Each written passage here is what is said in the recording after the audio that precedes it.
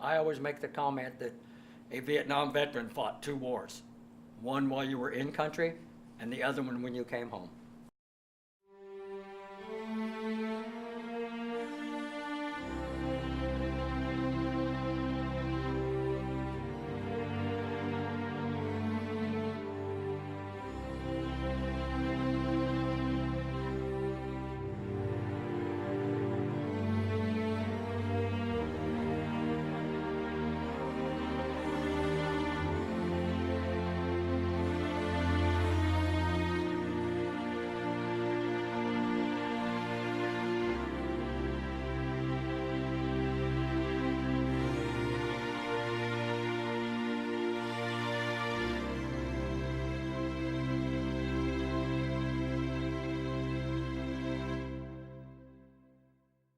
I actually joined because I had a brother that was Special Forces and I was a young 18-year-old kid, so I felt that I had to follow his footsteps. It was during the Vietnam War, and I also felt patriotic that I had to do what was needed for my country. A lot of it was for the benefits, but the other aspect was I wasn't really doing anything worthwhile, and I figured it was a good way to get out, see the world, serve my country, and have a little fun at the same time. I had a lot of reasons to join the military, actually. The biggest one was Full Sail was actually one of the reasons I joined, because I've actually wanted to go to Full Sail since high school, but I couldn't really afford it. So I thought, hey, I might as well join the military since they're gonna pay for my school and whatnot. So Back in the days that I went in, I came in originally in 1967. The military was a lot different then than what it is now. The discipline was very harsh. There was no such thing as you can't touch me and you have to be nice to me. It was nothing for one of your drill sergeants that if you were a fool that you would get knocked on your ass, which I did a couple times. Totally different. The discipline was there, it was hard. It was shocking for an 18-year-old kid that thought he knew everything. But it was worth it because it got you prepared to go to war. going into boot camp, I didn't know what to expect. I was really excited. I was ready to get into it or whatever. But when I actually got there, it was a different story.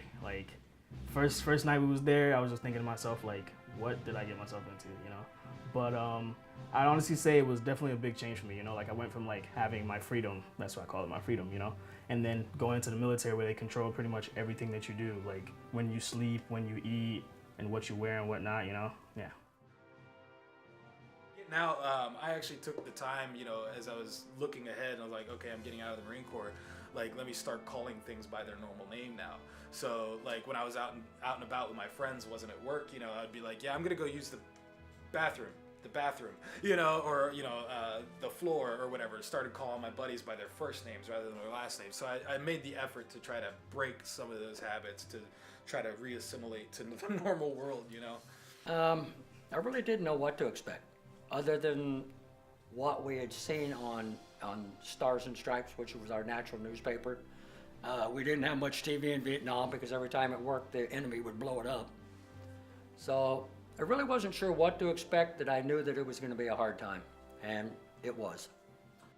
When I came back, I processed in San Francisco. And at that time, most of the protesting was going on, the anti-military movement was going on. We were, in 1970, still very heavily in Vietnam. The population was totally divided. It was a rough time.